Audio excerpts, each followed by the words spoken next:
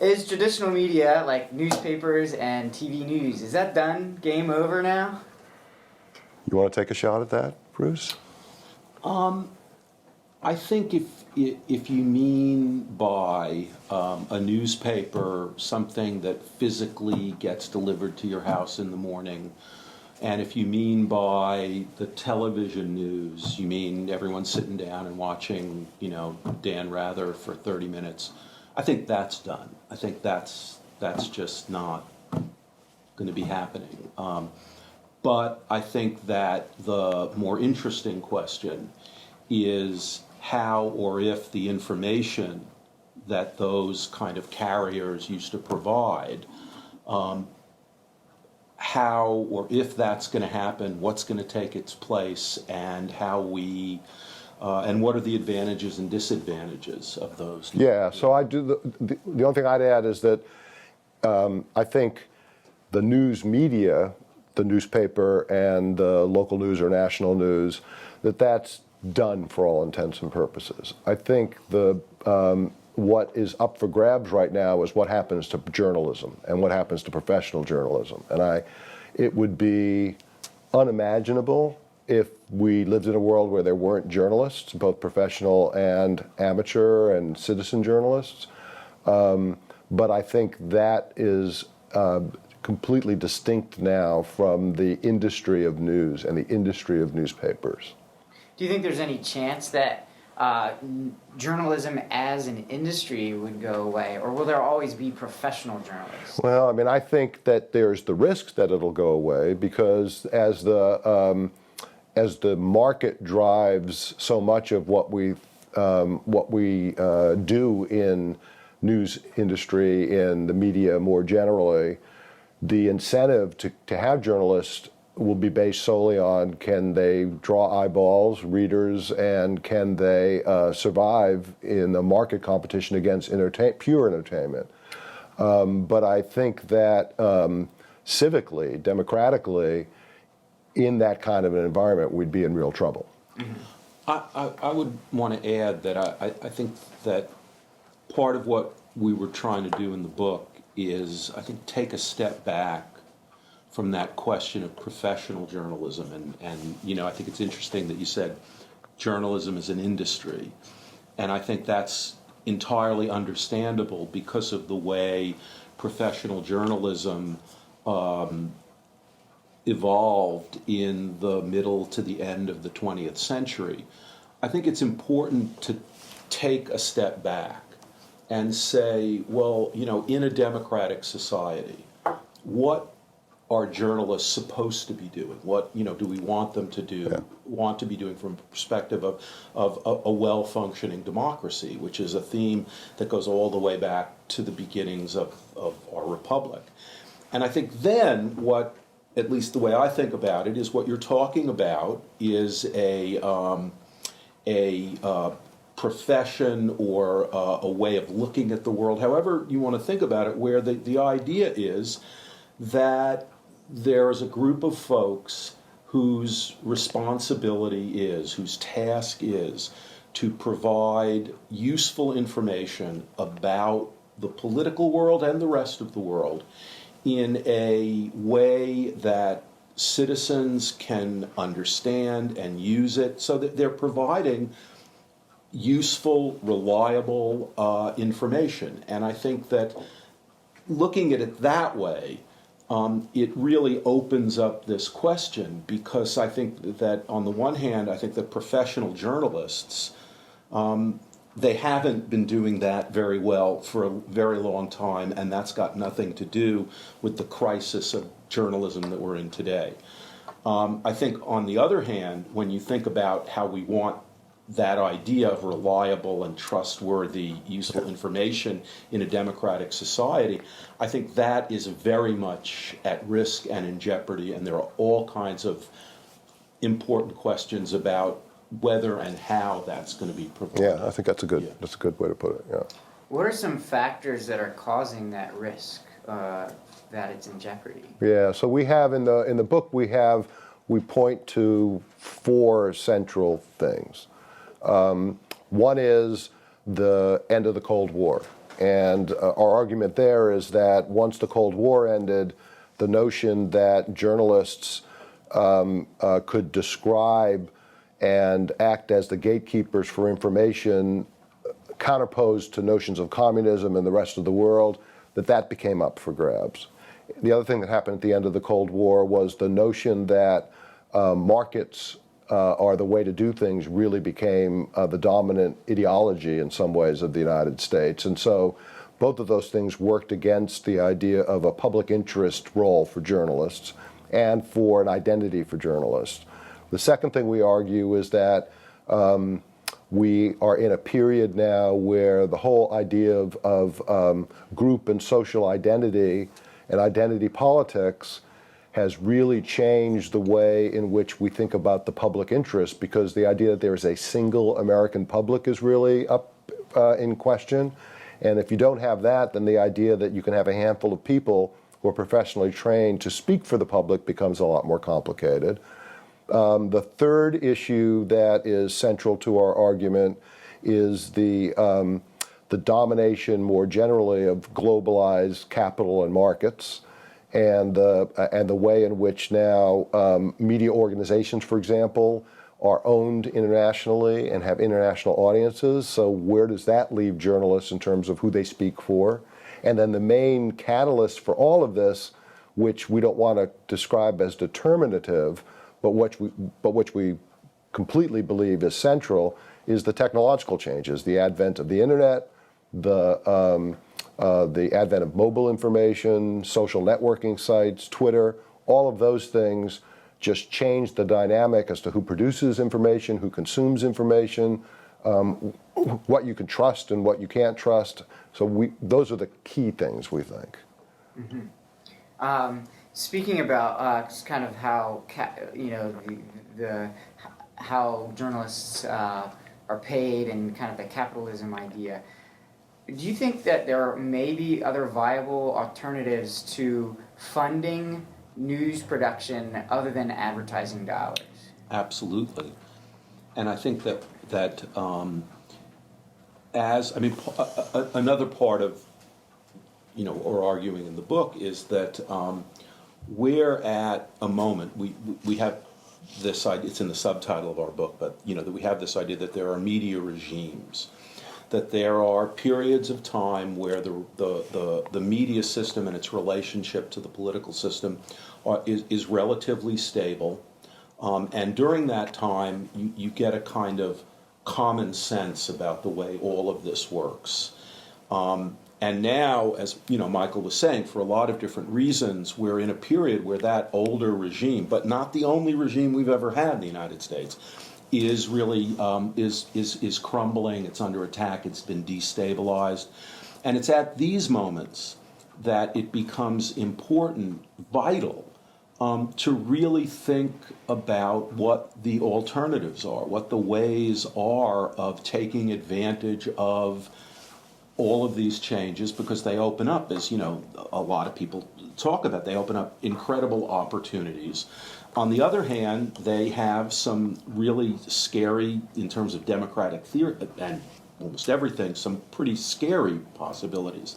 So it's at that moment where different models are really important. And one of the things that the work of our friends Bob McChesney and John Nichols argues persuasively, I think, is that in a lot of other democratic societies, there is a public role for funding journalism. Journalism is a kind of public good. And as we know from market economics, public goods, that's an example of market failure. You don't get out of markets what you need. And I think at this moment, it's worth thinking about looking at other places in the world where this system is working better than it is here in the United States. One of the things we don't do often enough, I think, is really open ourselves up to the idea that there are other countries that really have something to teach us about all of this. Yeah, and I would add to that, I agree with that, and what I'd add to that is that any model of what kind of a useful democratic media would require having journalists would require, I think, having some element of professional journalism, and would require that the funding model for them not be tied to the market. But it's important also to realize that any good model of a democratically useful media has to include more than just journalists. That's the opportunity that's in front of us now.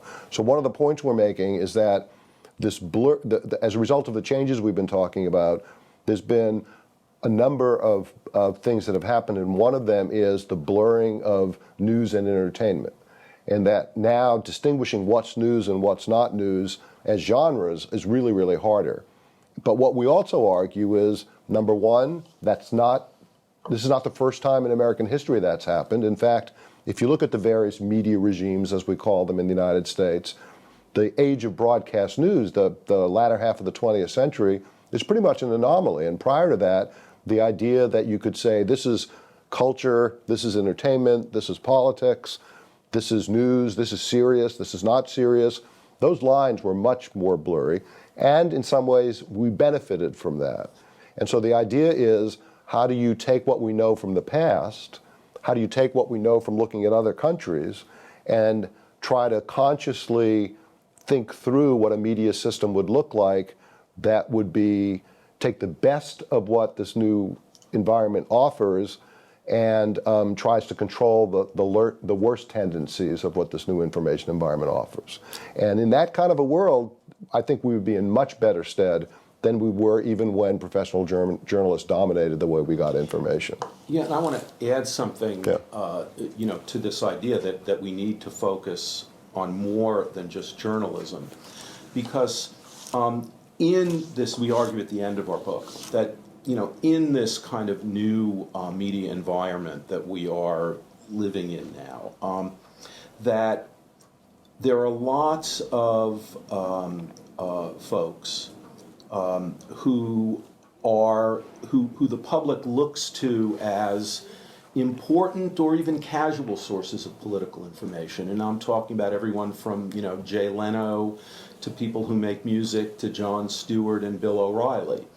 And in that world, in addition to journalists, I think that those figures have to think about their changing responsibilities and obligations as citizens in a democracy to this new system. And one of the things that we find maddening in some ways is the way some of these figures take advantage of the lines that really don't exist anymore to avoid responsibility. We are both incredible we are fanboys of Jon Stewart, like a lot of other people.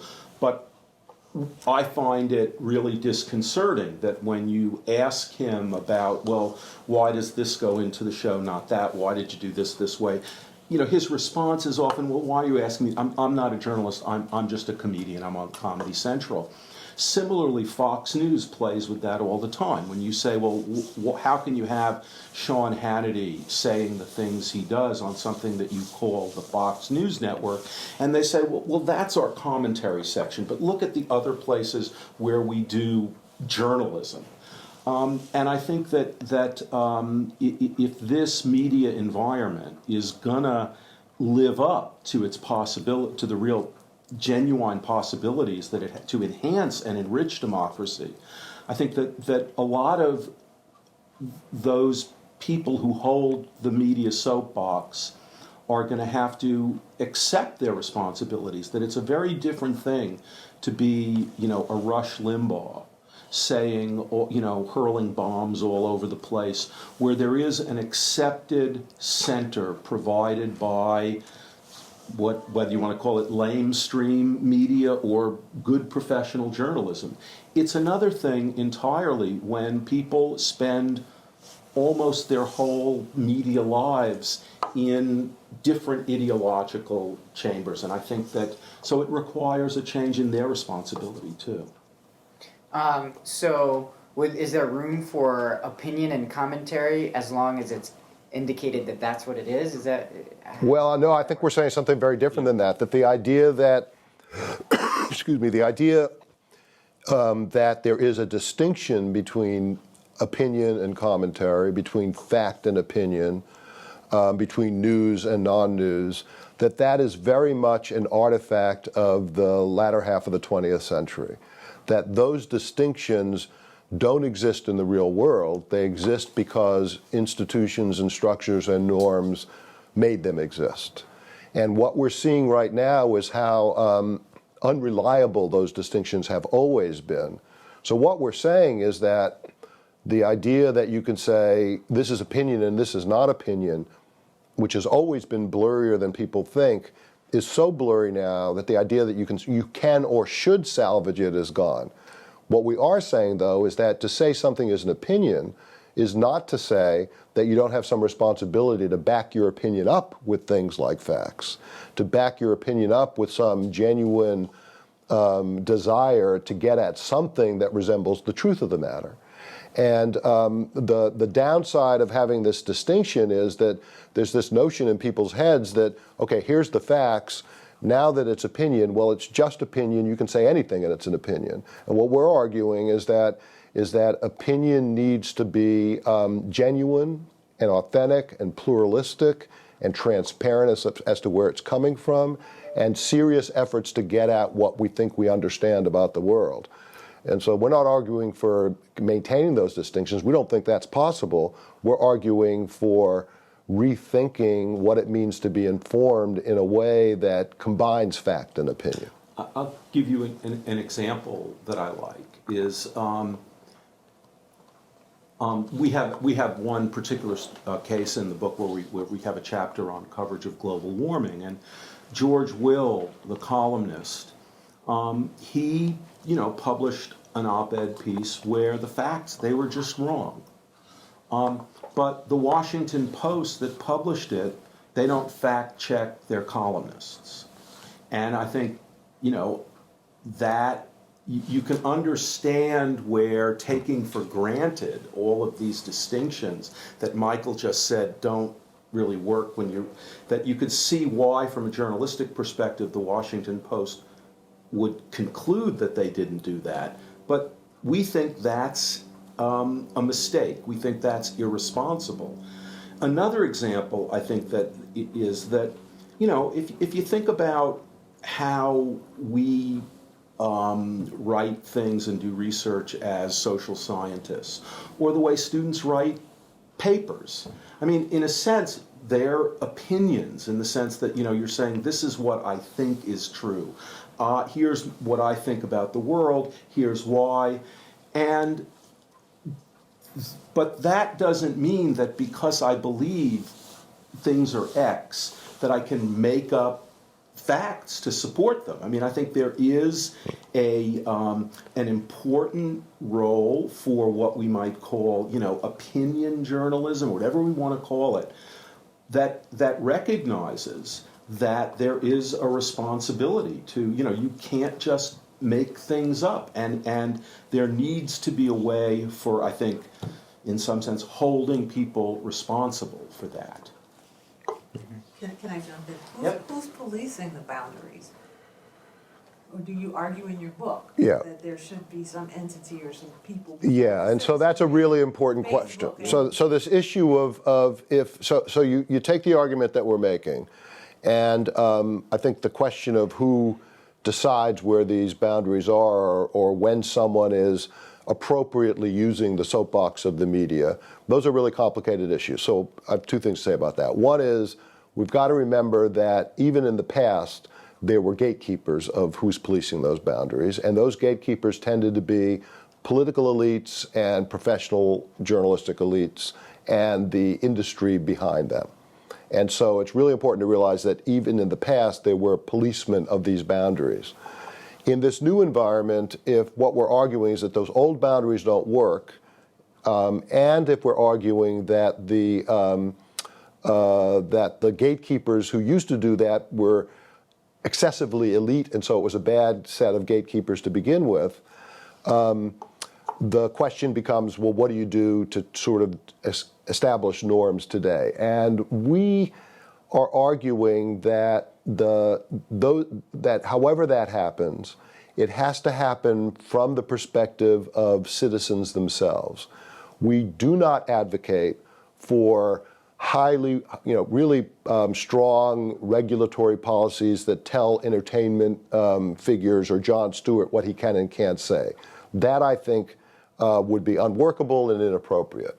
So we think that these boundaries need to be held up more by norms and more by expectations that all the players in this democratic enterprise, viewers and citizens and producers and actors and newscasters and celebrities more generally and political elites more generally, have got to have norms that say, if we're going to be doing this, we've got some obligation to try our best to hew to some basic standards and norms.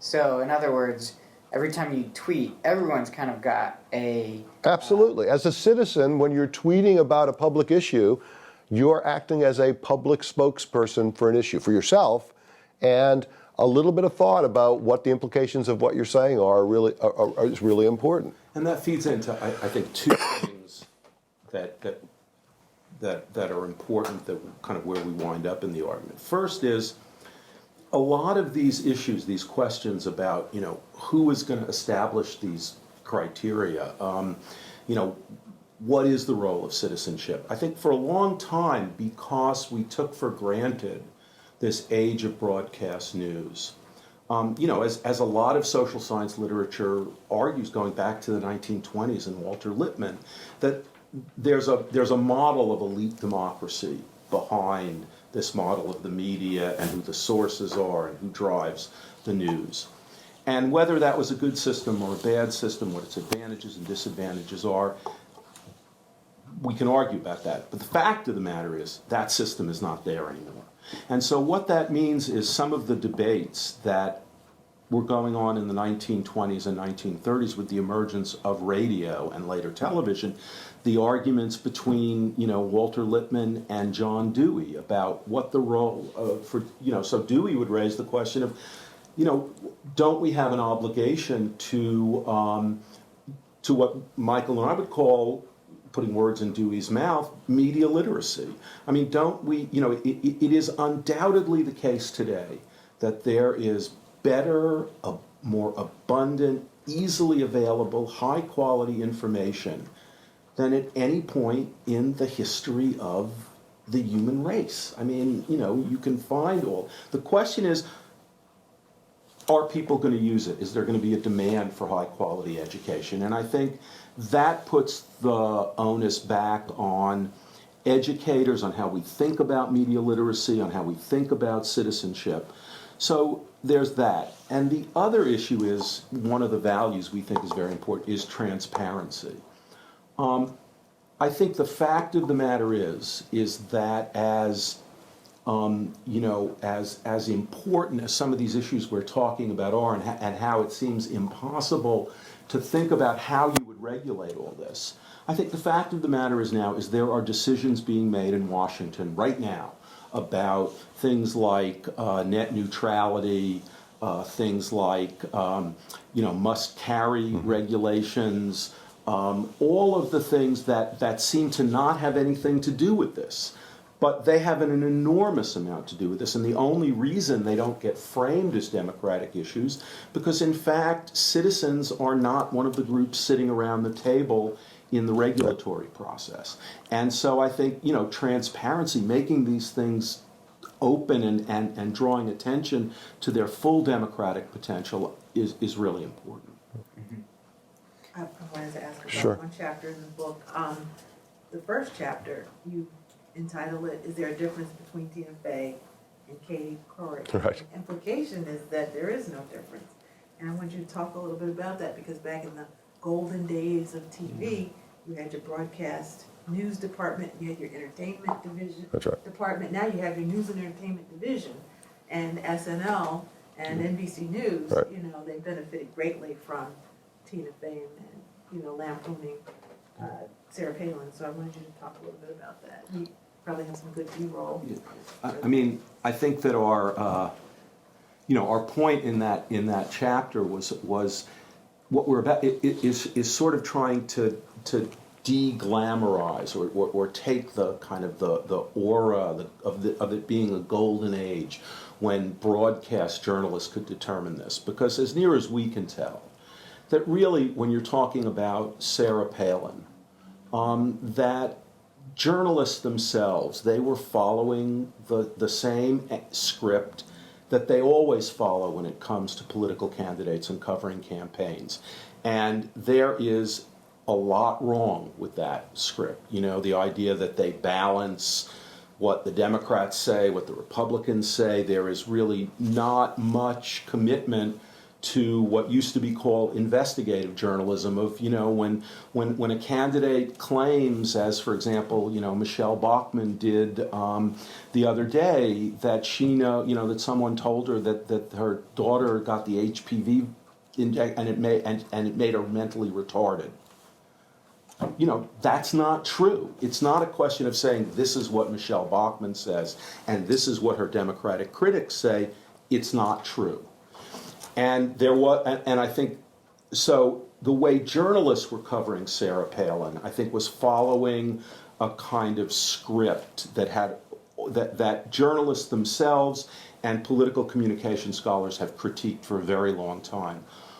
What happened with Tina Fey is, I think, that she exposed through satire some of those really fundamental questions that journalists should have raised from the very beginning about Sarah Palin's candidacy. And what was interesting about it is the way these two sources of political information fed off each other, where once Tina Fey presented this kind of lampooning, then, you know, the air went out of Sarah Palin. And our point is that, you know, whether we think that's a good thing or a bad thing, that's as Walter Cronkite used to say, that's the way it is. You know? Sure. I mean, I think that so those lines are not very clear. And I think, you know, the deeper you go, the less clear they become. Katie Couric, and, you know, she's a UVA alumni, so I, you know, have to say nice things about her and everything, but she doesn't come out of journalism. You know, she was on the Today Show. Tina Fey, who's also a UVA alumni, I mean, you know, I think they did she did really interesting political commentary and critique with her skill. Yeah. So the simple answer to the question, which is why we used it as the opening to the book, if you were enmeshed in the age of broadcast news, that's an easy answer. Katie Couric is a news anchor of a national news show, and Tina Fey is a comedian. But our point is that if you step back from that particular model where those distinctions are the quote natural ones that we think about, and say, okay, in terms of the democratic process, in terms of the political process more broadly, in terms of informing the public and getting the public to think about politics, how are they different? Then I think you can make a strong case that, in fact, Tina Fey was the more important figure in the way in which the American public came to think about and talk about Sarah Palin and her candidacy and the election itself. And the reason we use that example is both to show, as Bruce said, the murkiness of the line between what's news and what's not news, the increasing murkiness in the world we live in now, but a murkiness that we argue has always been there, we just not looked at it. But also to show how the role of very different types of media people, including average citizens, is so different in the world that we live in right now. Do you want to talk about any other concerns or possible benefits that are coming from this new media regime that we haven't touched on yet? Yeah, I mean, I don't know if it's issues that we haven't really touched on directly, but one of the major concerns that I have, I think that is part of the theme of the book, is that if the past is any lesson, these periods where this is all up for grabs. The reason we're sitting here right now is that we're not the only ones who've been saying, oh my goodness, the world we live in terms of the information environment has changed radically, at least in the United States and in other advanced industrial democracies, that some of the things we used to be able to count on are not there anymore. And we have reason to think that those things that are disappearing are really important. And so this moment in which we're publicly saying, what should we be doing, won't last forever. That our belief is, although it could be that this particular situation is different, but our belief is that eventually, excuse me, and not in the very long run, we will develop a new media regime, as we call it. That the things that we are questioning now will be taken for granted. And that new regime will have winners and losers. There will be some people who will benefit from what comes out of it and some who won't. And we think it's really, really important that whatever that looks like, whatever the rules are, the norms are, the regulations are, the funding mechanisms are, the way we think about our role as citizens, the way people who are in the media, whether it's because you have a blog or because you're on a national broadcast, the way they think about their roles, that those things need to be publicly talked about and consciously decided on, with the values of producing a democratic media environment front and center in those discussions. And we worry that that's not going to happen. That what will happen is a new regime driven by market forces will come into place, and we will have lost the great opportunity that we think this moment presents for us. And I think to add, two things that I think that's well put, is first of all, I think, even a lot of journalists have either embraced or unwittingly gone very far down this road of the logic of markets. I mean, journalists more and more, when you say, well, why is what you're providing so awful? They say something, well, that's what people want, and they're just meeting this market demand. And that, especially from the perspective of democracy and an informed public, is just not the way to approach that question. And secondly, I think that, as Michael is saying, this moment is not going to last forever. I teach in my introductory class, I teach Neil Postman's Amusing Ourselves to Death. And one of the things that Neil Postman said at one point after he wrote that book was he was asked about the internet, and he said, the internet, that's just cable television on steroids. And so he didn't think it was really any different than what he was saying about television. And for a long time, I would teach against that argument, that the internet, and I still do believe it. But if you look at the decisions and debates going on right now, I think, in prime time, Netflix streaming is like 20% of all internet traffic. And with arguments going on about how we're going to build out increased capacity, you begin to see that the providers of things like films and television shows and all the rest, they would love the internet to be cable television on steroids, because what they want it to be is a seamless medium for delivering high definition, Hollywood films and television films and all of that. And that decision to do that, and that's something that in some sense people want, because it's frustrating when you have buffering errors and things like that and you're watching. And you could say, well, okay, that's market demand, but that doesn't begin to get at really all of the argument, what's at stake there. And I think that I'm not saying, I like streaming video a lot, but I think that in those decisions, these democratic values have to be part of the conversation, because these decisions, they're going to get made.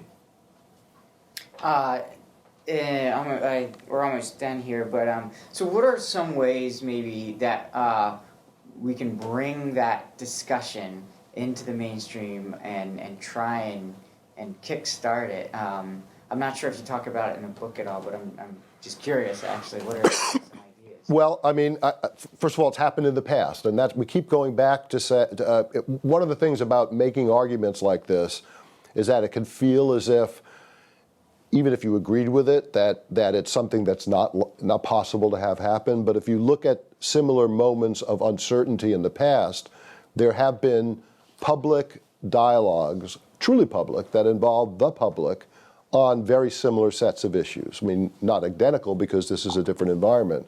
So number one, it shouldn't be viewed as something that is inconceivable to have happen. But in terms of what we're advocating for, one of the main things that we're advocating is that there be that kind of public dialogue, including things like national commissions. But national commissions that do not only include journalists, political figures, and other elites, but national commissions where you have representatives of the full swath of media, from bloggers to entertainment folks to the Jon Stewarts of the world, deliberating in public about what they think their responsibilities to a democratic environment are. The other thing I would push for is more support and more visibility for those movements that are already in place. So Bruce mentioned Bob McChesney. He's been a central scholar activist in putting together a group of people from both average citizens all the way up to people that are advocates for more democratic media, to people who are involved in local media projects, to act as almost a public interest representative and a forum for discussing these issues that has brought thousands of people together. And simply paying more attention to the work that's going on there and making that more public would be really valuable as well, I think. So those are two possible suggestions. And just finally, and it is something I think we mention in the book, is that, as Michael said, it sometimes feels very utopian to be talking about these things, because I think, one, we don't think about our role as educators in this, and we do have a big role, we have a big responsibility, but in addition, even though it might be harder to imagine these kinds of conversations, we're talking about a changed media environment. I mean, the media itself, some of the technologies of the media really allow collective kinds of actions that were unimaginable before. We talk about the Twitter revolution, which I'm skeptical about, that. But I think that makes possible, it makes it possible to increase, I think, the potential effectiveness of political movements. I think that and there is a fair amount of evidence that I like, and this does come from Bob's stuff, is that when you can communicate to the public that there's something going on with their media, whether it's people are gonna, media corporations are going to own more different kinds of media, or you're going to take away their cable or something like that. People are really they get upset about that. They use email. They do. I mean, so I think that we have to understand. It's kind of this iterative process, that the kind of communications that are possible now also open up new kinds of political organization and social movements. In that vein, do you want to talk about maybe the possible effect that's had on the Occupy movement? Mm-hmm. Yeah, I mean, again, I think it's early to tell, but certainly as an organizing tool, it's been important. I don't think you could have gotten the Occupy Wall Street, even just in New York City, to happen had it not been for some of the new media. And if you look at the little bit that I've read about the genesis of that movement, it was an online campaign by ad busters being able to be spread through social networking media that drew people to that site in the first place. Obviously, you have to have an underlying issue, which clearly we do in the United States, the economic inequality.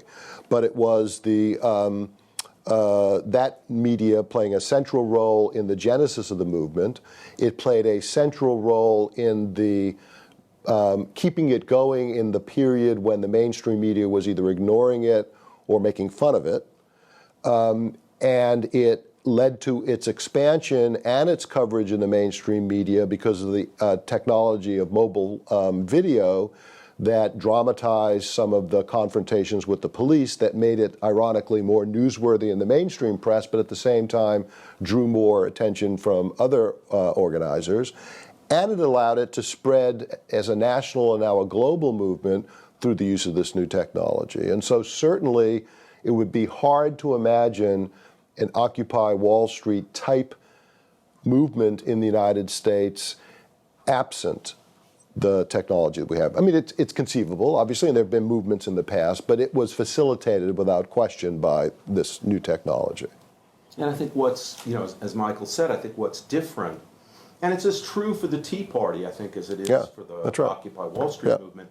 I think that it used to be, and now, I'm thinking about Todd Gitlin's book, The Whole World is Watching. I mean, what he shows is how the media, in the way they covered Students for a Democratic Society, the kind of frames they used, their demands for leaders to speak for the movement, all this sort of stuff, that changed the movement itself in ways that, at least Todd thought was disastrous. I think now you have some of that same thing going on. I mean, the mainstream media, they ridicule the idea that Occupy Wall Street, that they don't have leaders, that they're making decisions democratically. I mean, that's straight out of what happened in, with SDS. The difference is that, that pressure is there. The difference is that that movement, they have already taken advantage of, and at least they have the potential of communicating with large numbers of people without, and they're able to challenge that frame. And I think that's potentially important. And so you don't need the mainstream, obviously the mainstream media, news media more generally, is still important in the world that we live in now, but you don't need it to the same extent in order to be able to not only build a movement and maintain it, but to communicate with large numbers of people who are peripherally involved or interested in it. I mean, regardless of whether I pick up the New York Times every morning, and I'll read it, often online, but I'll read it. And I will, because I am interested in the Occupy Wall Street movement, I'll look to see if they've got any articles in it so that I can find out something else. On the days that they don't, am I therefore unable to get any information about what's happening? Not at all. There's all kinds of places I can go to. And so the ebb and flow of my ability to stay in touch with what's happening is not as dependent on the mainstream media as it once was. And I think that's a very, very different environment than the one in which we lived in 20 years ago, 30 years ago. Any other questions you want to add? I think we dove right into the deep end. Yeah. One thing we didn't do on tape was just define the media regime. Right. We talked about what the crumbling Right. mainstream, but just if you could on tape define media regime. Sure. So a central part of the argument of the book is that in the United States, and arguably elsewhere, but we're studying the United States, that in different periods of our history, the relationship between the media, whether that is newspapers and the Telegraph or Twitter and cable news and satellite news, the relationship between the media and citizens, as well as political leaders, has changed. And each of these periods is defined by a different set of technology and a different set of expectations for where information, politically useful information, comes from, who decides what that is, and who the audience should be. We describe those as media regimes. Each of those periods has its own set of rules, its own set of expectations, and its own kind of naturalness that people, once it really developed, people would say, yeah, this is the way things should be. That's what a media regime is. And in the United States, what has happened is that when we think about the current crisis of journalism, we are thinking of it in comparison to a kind of idealized version of one of those regimes, the age of broadcast news. And it had a set of rules. Professional journalists told us what was important, a set of expectations for citizens. The job of a good citizen was to watch the nightly news. I'm exaggerating a bit, but basically to watch the nightly news and to vote once every 2 or 4 years. A set of expectations of the relationship of journalists to political elites, that elites were the place you went if you wanted to know what was going on. But if you look in the past, there have been very different models. what is sometimes, I think, derogatorily and inappropriately called the dark age of journalism, when newspapers were very partisan and very ideologically driven. The progressive era, which was the beginnings of the era that led to the age of broadcast news, the first time when we began to think, oh, maybe there should be a professional class of journalists, and not get information from average citizens by and large. And really importantly, the age of realism, when in the United States we didn't think in terms of what was news and what was not, or what was true, what was objective and factual and what was not, where we were as likely to turn to photography and art and poetry as we would to journalists to look for and understand the world that we live in. So our point is that there have been these different models that we call media regimes for how the media should play into democratic politics, that those models have been driven in part by circumstances, but eventually they become naturalized, and we think of them as the only way things can be. And then we have these disruptions because of technology, because of cultural and political change, because of economic change, and we all step back and say, oh my God, things are changing, what should we do? We eventually come to some decision as to what we should do, and suddenly we forget that what we're doing now is different than what we used to do, and not necessarily the only or the best way to do things. The only thing I would add is that we use the word regime, because these periods of kind of stability, they don't just happen. You know, they are. I mean, there is, you know, there is of course contingency and uncertainty, but the state, broadly defined, is always part of the way a regime operates, and it is the authority of the state that always stands behind the regime that's in power. And that, you know, if you go back to the framers and you're talking about the early postal subsidies that were given, or that the party in power was able to funnel the money to print up all of the documents of the federal government could go to partisan printers, all the way to decisions in the 1930s about how the government was going to hand over the airwaves to private corporations as long as they met a public service obligation. So all of this, these are, you know, they're not, you know, they're not things that just evolve, or they're driven by technology, or they're driven by market forces. They are also backed by the state, right. The regime. That's right. Yeah. That's right. And the reason why we think this is so important is because it changes the way you think about what's happening right now, and it changes it in a way that and it goes to your earlier question about what can we do. Each of those earlier periods had some qualities that were really quite good, and some qualities that were really quite problematic. And our suggestion is that as we think about what we want now, you know, how we want to take advantage of what we have right now, we would benefit from not only looking across the ocean at other models that exist right now in other countries, but looking at our own past, and saying, what is it about the penny press? What is it about the progressive era? What is it about the realist movement? What is it about even the dark age of the partisan press that was really beneficial? And how might we incorporate them into this new environment that we live in, as well as keeping the best of what existed during the age of broadcast news, the best of what professional journalists have to offer in this process. Yeah, very interesting. I want to use the last few seconds here of the interview to have you guys kind of introduce the book and maybe just give a quick, brief synopsis of what it's about. So. Okay. Yeah. Okay. So I'm Michael Delli Carpini. I'm dean of the Annenberg School, and with Bruce Williams, co-author of the book After Broadcast News: Media Regimes, Democracy, and the New Information Environment.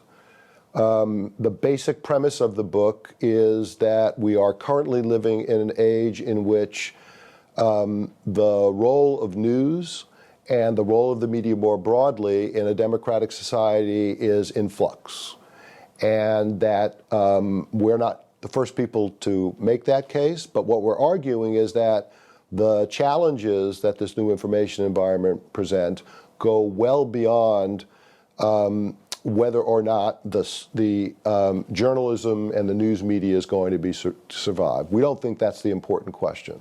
What we think is the important question is, what is it about this new information environment that we can take advantage of to make a better information environment in our democracy? And our argument is that in order to make those decisions, we've got to look to the past in American history, at least in part, to draw from lessons learned in the past. Bruce Williams, co-author after Broadcast News and a professor at the University of Virginia in the Department of Media Studies. And what I would add to what Michael said is that in the second half of our book, we have three what we think of as kind of case studies.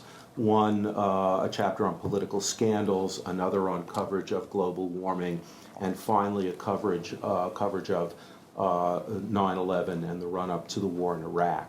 And in each of those chapters, what we try and do is, because as Michael was saying, part of our argument is that, yeah, everyone recognizes things are changing, but one of the real dangers, we think, is that a lot of the debate is defined by professional journalists who are looking back to what they think of as a golden age when things work better. And so in each of these chapters, we're very careful to show that in each of these areas, that in fact, professional journalists situated as authoritative gatekeepers did a pretty bad job.